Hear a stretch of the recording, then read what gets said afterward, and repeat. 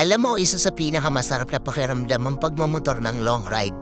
Yung tipong pagsakay mo pa lang ng motor o pagpaandar ang engine, may mararamdaman ka ng kakaibang saya.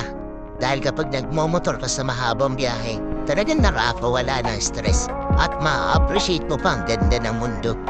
Yung tipong habang nagmomotor ka, masasabi mo na nasa sarili mo na, wow, ang sarap palang mabuhay. Ang ganda pala ng mundo. Lalo na kapag ang patakbo mo yung chill lang, yung ine-enjoy mo lang talaga ang moment.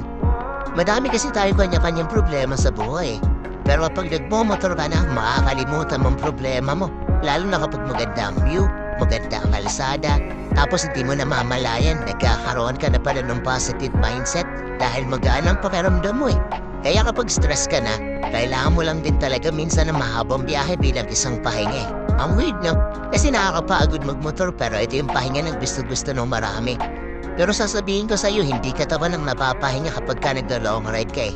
Hindi yung utak mo, kundi yung sarili mo mismo.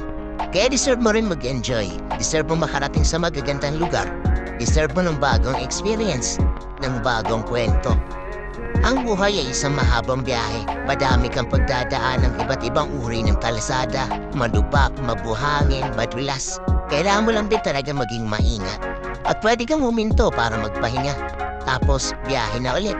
So paano ba yan? Sa muli. Ride safe always, and God bless.